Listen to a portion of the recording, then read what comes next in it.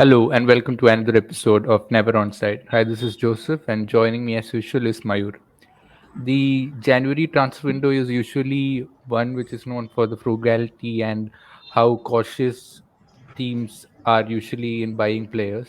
But thanks to Chelsea and the Premier League sides, they have tossed this concept completely out and ended up spending around 800 million odd um, in transfers.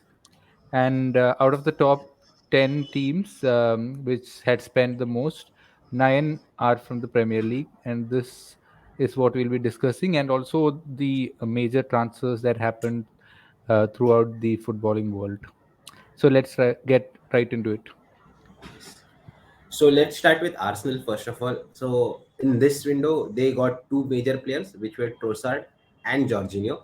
Jorginho was a very surprising transfer, came out of nowhere. Apparently, Arteta liked him a lot, and we can see why. In a possession-based team, Jorginho will definitely come out as a good player than he has been in Chelsea. Trossard, as we knew, there was some fallout with Deserve, and he left the training session or something, and then he was ready to move to Arsenal, and that's a big step for him as well. And that adds to competition, right? So I saw a clip of Ramsdale on a podcast saying how he has come to take someone's place from the starting four, like the front four. Right. So definitely that leads us to tell he's ready and he will definitely make some impact and get so. So how much do you rate Arsenal's transfer window, this January transfer window? Um, so basically, Trossard signing was very good, and they get a lot of depth on the left side as well because of his inclusion in the side, because they transferred him in. Jorginho was a real surprise for me, getting him, because I always thought Jorginho kind of slows down the pace of the game with somewhat of a sidewards passes. So I never thought it would suit Arsenal, but I heard Carragher saying that at this point of time is when a young team like Arsenal needs a veteran like Jorginho who can ground the players and also take them out of a big situation where the team might struggle in their coming next 10 games. If they are under pressure, he might be a calming influence in the side. And he has won the Champions League, the Europa League, um, with multiple clubs, with Chelsea as well, like recently. So he's a great player to have, but I'm not sure how he fits in or will he start. I'm not sure what is going to happen because I can't see the starting 11 change. Maybe Trossard coming in is the only thing that I can see because he might have more of an output than Martinelli. Yeah, so not the best of considering. So everything has to be rated with respect to Chelsea now. So for a January transfer window, what Arsenal has done is very prudent business. But when you look at what other teams have done, it looks like it's just ordinary. Yes. For me, it would be somewhere around 7 to 8. They have gone done their business quietly and got in players who have experience, and they gave depth to their squad, which they might lack, which we had said in the previous pods as well. So let's move on to your favorite team, who's Manchester United. They got in three players this transfer window: Jack Butland, backup goalkeeper; Wout Weghorst as the backup striker, and now how do you pronounce his name? The latest signing. Sabotage, sabotager. I am not sure, but yeah, we'll It's get to know Marcel sure. Sabotager, I guess. Yeah. Okay. So he is also coming in with Ericsson probably out till late April, early May. That being the report. So how is your thoughts on United being in the market? So United, first of all, we had to strengthen up front because we only had Marshall, and not even who is not even a recognized striker for me. So that was a good business. Vegas coming in, and backup goalkeeper too. Like we wanted someone, especially because Dabraka was also called back by Newcastle, and Sabotager used to play as number 9, if I'm not wrong, in Real, initially in Leipzig, and then he got transferred to Bayern, where Nagelsmann wanted him to play a bit more deeper. So, uh, a really good player. I was just looking at the stats. His stats are kind of similar to Ericsson, and some of the goals he scores is amazing. He has a great, he has great technique in terms of shooting as well. So I'm really excited to see what he can produce for United, and he should start. Initially, I thought Fred might take Ericsson's place, but and Eric Ten Hag was asked this question.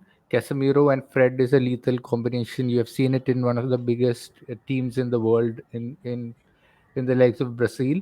And he said, yeah, definitely that is a very lethal combo. And next day he went out and got a midfielder to take that spot. So, which shows that he exercises a bit more creativity than what Fred brings into the team.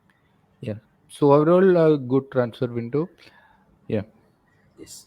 Good overall, a good transfer window. They have done again smart business in terms of getting the profiles which Ten Hag wanted, rather than in the previous seasons which we have done. They've just Yeah. gone for Right. big name signings. So let's move on to Tottenham, who had some fiasco at the last minute. They wanted to send Doherty on loan to Atletico Madrid, but apparently they forgot how many people they can send on loan, and then they had to cancel out that loan and make it as a like a transfer, fully transfer, which they let Doherty for free. So, but they got in two big players this time around. Not big players, as in squad depth has been increased. Anjuma, who is a striker, a center forward from Villarreal, and Pedro Porro, a right back. And we have seen now there were two right backs, and both have gone for for Tottenham. So it will be interesting to see how Porro comes into the play.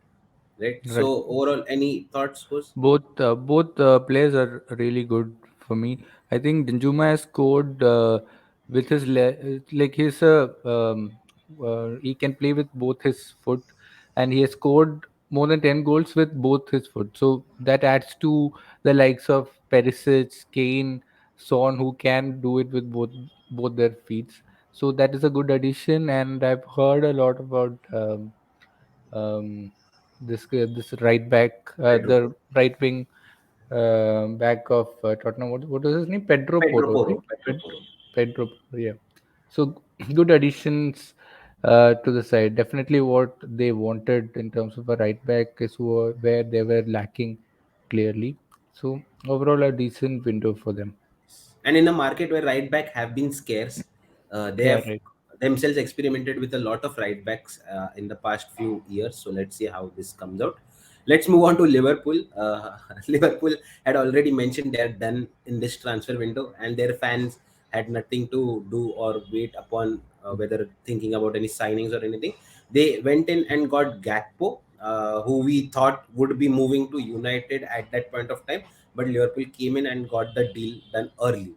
So Right. nothing much, but we have seen him being played in a false nine role, not a false nine, as a number nine, since they Mm. don't have a proper number nine as of now. But let's see how that transfer comes in through as well. He's a, as I've said multiple times, he's a left winger, and playing him in center forward position will not get the output which we have seen from him. So before we go to the next team, who's our main team, we'll just talk about City. They haven't gone any Mm. player. There was a big fallout with Cancelo and Pep, and Cancelo has left. A very surprising transfer. It got done within the 24 hours. Like once the news was broken, within 24 hours, everything was done, and we saw this transfer come in.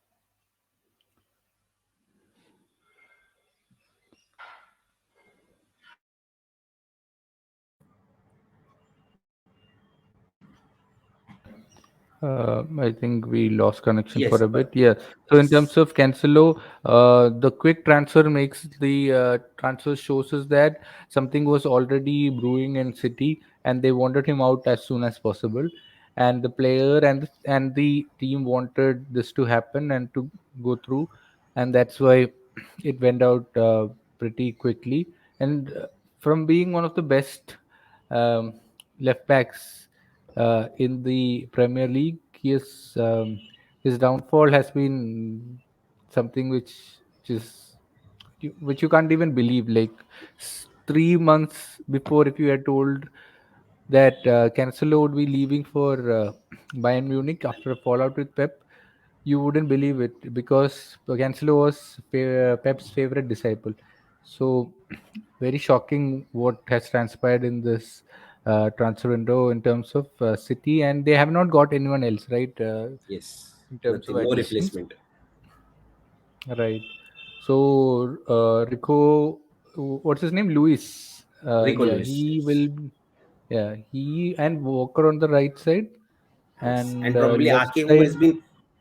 Ake, who has been playing a lot since the World Cup has ended. So he also getting that left back position whenever Left back needed. role, right? Yes. So let's move on to the main team, the main talking point of the transfer market. They apparently got in around 16 players for the January transfer window, and the amount they spent was somewhere around 611 million pounds. So that was the amount, more or less. And a big transfer which was brewing throughout the January. In the first weeks of January, it looked like it's calmed down and Enzo would be staying at Benfica. But within the last few final hours, we saw, here we go, and then now we have seen those pictures of Enzo in a Chelsea jersey as well. Was Yeah. any they signed a lot of players. Which was your favorite transfer coming as a fan? For me, I'm absolutely excited to see Mudrik. And in terms of uh, Arsene Wenger famously said a quote where you don't sign a player after a World Cup, because you have to pay the World Cup tax for that player. So Enzo was the young player of the World Cup, and he completely dominated the World Cup in terms of how he impacted the Argentinian midfield. Initially, he was not starting, and then he came into the side and completely transformed their midfield. So we know the potential is there, but with these kinds of transfers, with a player who is 22, who has just performed well in the World Cup. Before that, I'm sure we wouldn't have known much about him. We have heard about him, but we wouldn't have rated him as a 100 million player, because even Benfica would not have thought that that his release clause would be broken so early. And Chelsea and their hacks of signing players with a long-term contract to um, exploit the what do you call, the FFP. loophole in the FFP, has come up with a way to do it, and they have made 16 or 17 transfers, I'm not sure, and that is something which is unprecedented in a January window, right? So it either shows that Boli is going to back Potter in whichever way is possible for him, and also he's willing to spend on players. So it was a crazy transfer window thanks to Chelsea, and the kind of players they have signed is really good. And now, if you see the squad depth for Chelsea, it's Insane. mind-boggling how many players they have in each position. And for me, Mudrik is who I am looking forward to the most, because he is rated really well in Shakhtar Donetsk, and in Champions League also. I've seen him play, and he has impressed. Yeah, and the likes of Jao Felix coming in for, I guess, 14 million or something, and he Yes, uh, somewhere for the around that. rest of the season, Yes. and he got suspended for 3 games. So the cost there is too high uh, in terms of the return they are getting. So yeah, what are your thoughts and on these players that they have signed? Yeah, a lot of good talents. Actually, if you see, they have prioritized getting young guns. Generally, we know Chelsea comes out with a lot of young players from their academy as well in the past years. But this time we have seen they have gone for some well known or players who have already proven something in their respective leagues and in World Cup. In Enzo's case, I'm more excited for Malo Gusto. Barcelona was Yeah. also linked with him, a good right back, and he can complement James well as well. So interesting to see him playing in the Premier League. And apart from that, Mudrik, as you mentioned, and Enzo, who I've been following in the World Cup as well, and in the Benfica games generally. The Champion League games he played for Benfica were very good in the first half of the season. So, as you mentioned, Benfica just got him for 8.8 million from River Plate last year. So you can see the tremendous growth, 8.8 to 120 million. So yes, I'm very excited for Gusto and Enzo, and apart from that, Mudrik will be an Yeah. exciting pick as well. So I was And reading we, an article where, yeah, Chelsea would be having the best two right backs in the world, like in Premier League. That's what the article was saying because Gusto is that good apparently, but I've not followed him that much, so I'm taking your word for that. yes, and we have made a short on it as well, how they avoided the FFP and how they used the loophole to their maximum and fullest. So you can check that out on our social medias as well. So this was Premier League, top six teams. Let's move on to some other teams from other league. Let's start with La Liga. In La Liga, both Barcelona and Real Madrid this window were very quiet, and they knew they didn't wanted to go for major players. There was one transfer which is still I'm not sure what's happening with it, but we'll talk about it later. Apart from that, Atletico Madrid was the most active team in La Liga, and they were struggling a bit in the start of the season, and they have gone on for two or three players. Memphis Depay being the major transfer, and apart from that, Doherty, who has been taken from right back. So overall, Atletico, who have been struggling, would be with this recruitments would be fighting to finish in top four, hopefully. So that was it in La Liga. In other league, Bundesliga, again, not major transfers. Only Bayern being active. We know Neuer was injured while a skiing trip, surprisingly, and they went in and saw who is other player from Bundesliga which we can take, a goalkeeper, and they went in for Sommer. So that's just Bayern doing Bayern things, going for good players in their own league. And apart from that, Cancelo, who they have seen a bit struggle. They have been struggling a bit in controlling the games alongside Kimmich. Kimmich has been the only outlet, creativity, and controlling the game. So Cancelo definitely fits the bill. So who's seeing Cancelo go out? We discussed about him, but he got his assist as well, right? Have you seen the Right, assist? right. He got his First assist, game yes, he in got the 70 assist. minutes. Yeah, So that's it for I'm sure. Bundesliga. Yeah, I'm Yes. sure he'll do well in Bayern. The concern for me is that the center back pairing, um, Upamecano and Delete, are not that great, and the Bayern have been shipping in goals lately. So it's not going to be as easy for him like if he had joined 2 years ago where Bayern were dominating the matches. But this time, as you said, Bayern are struggling to bring out the best from their potential. So something to watch out for, definitely. Yeah. Yes. And in Serie A as well, not a lot of transfers. We have seen Inter Milan, AC Milan struggle with their finances, and they weren't involved in the transfer window as well. Only Roma signing one or two players, out of which Lorente from Leeds United, one of our viewers might recollect during his days in Leeds United. They have gone for him, and apart from that, one or two wingers which aren't well recognized. But that was it for Serie A as well. And apart from that, again we come back to Premier League. Hose, you read a stat at the start of the when we were discussing before the pod started, somewhere around Premier League has spent around 700 to 800 million, right? 800 million, 800 odd million in this January transfer window.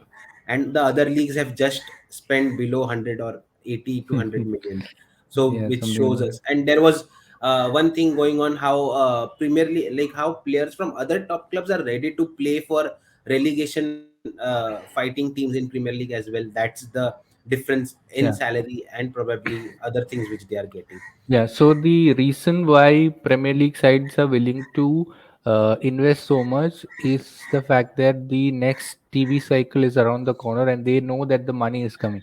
So that's why even the teams which are struggling right now in terms of finance, are going in and taking the players in which they want because they know staying in the Premier League is the biggest thing. Yes, definitely. So just to complete the remaining transfers, Kelo Navas, a major transfer. Mm. Donnarumma, who had taken his place in PSG. So that saw Keylor Navas' game time being reduced, and now he will be playing for Nottingham Forest. Just imagine a team Just who was imagine the seen downfall. struggling. Yes. And there was a tweet saying he only chooses those teams which are champions or something, and so like Nottingham Forest, PSG, and something. So interesting tweet and interesting choice of team. Next, let's move on to Gordon, who apparently had some fallout as well in Everton, didn't come off for training or something, or was protesting or something which was going on, and he wanted to move out with Everton clearly struggling and not being able to deliver what we thought about them. And now he will be playing for Newcastle, who are currently competing with you. How do you think this will help them? Yeah, so paying 40 million for Gordon, I guess Chelsea offered Everton around 60 million for At the Gordon start of the initially season or at the something, start yes. of the season, which shows that the player has potential. But what I fear is that someone like a Gordon doesn't chip in with as many goals. Like for a 40 million player, uh, he doesn't score that much, but he's technically very versatile. He can play in different positions as well, and a good talent to watch out in the future.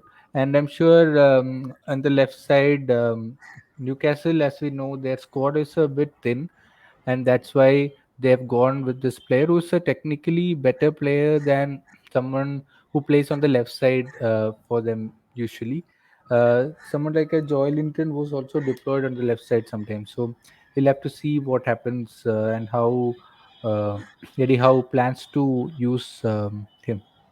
Definitely the talent is there, just need to learn a few things here and there. And apart from that, there were two transfers which looked like after the transfer window was shut would happen. First was Hakim Ziyech to PSG from Chelsea. So apparently Chelsea came out saying they signed the wrong documents. I don't know was it on purpose or not, but which made Yeah, which fall like which was the reason why the deal didn't went through. right, And right. then And PSG, yeah, yes. they signed and put in the wrong papers three times. So that's how Chelsea have, somewhat. I'm sure CH and PSG would be disappointed because I heard a tweet or something that someone inside PSG said, "Don't come back to our gates again." Like they For won't Chelsea. do business with Chelsea after this. That's what Right. they say. Right. Yes. Yeah. So again, both the sides were very angry and they went to court as well. But the Yeah. judging came in Chelsea's favor. So let's see what happens there and whether they go for him in summer. And apart from that, another transfer. Being a Barca fan, I'm still not sure what's happening. But Araujo from LA Galaxy, he played for us during our Barca B days and in the youth days. He's a right back. So we sold our secondary right back, which was Hector Bellerin.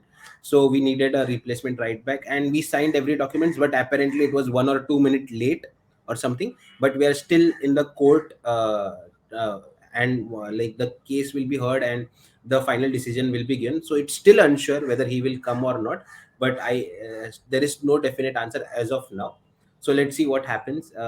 Yes, that is the two different transfers which we have generally not seen some things like this which happen for major two clubs or between two clubs. So let's see, apart from this, any other transfer source which you recollect, or that's it? Yeah, that's kind of if you go deep into it, there are a lot of Lot of it. transfers which have happened. I think Brighton signed a couple of players who are really good. I don't recollect their names yet, Crystal but Palace signed one or two good guys, yeah, so right. So Lokonga and yeah, throughout the Premier League, there has been some good business happening. Yeah, probably that's it so. from us. Yes, so that's it from us for this January transfer window review. Hopefully, you have liked and hopefully you got to understand a few reasoning behind certain transfers. Follow us on all our social media platforms. All the links are in the description box below. See you soon. Bye. See you. Bye.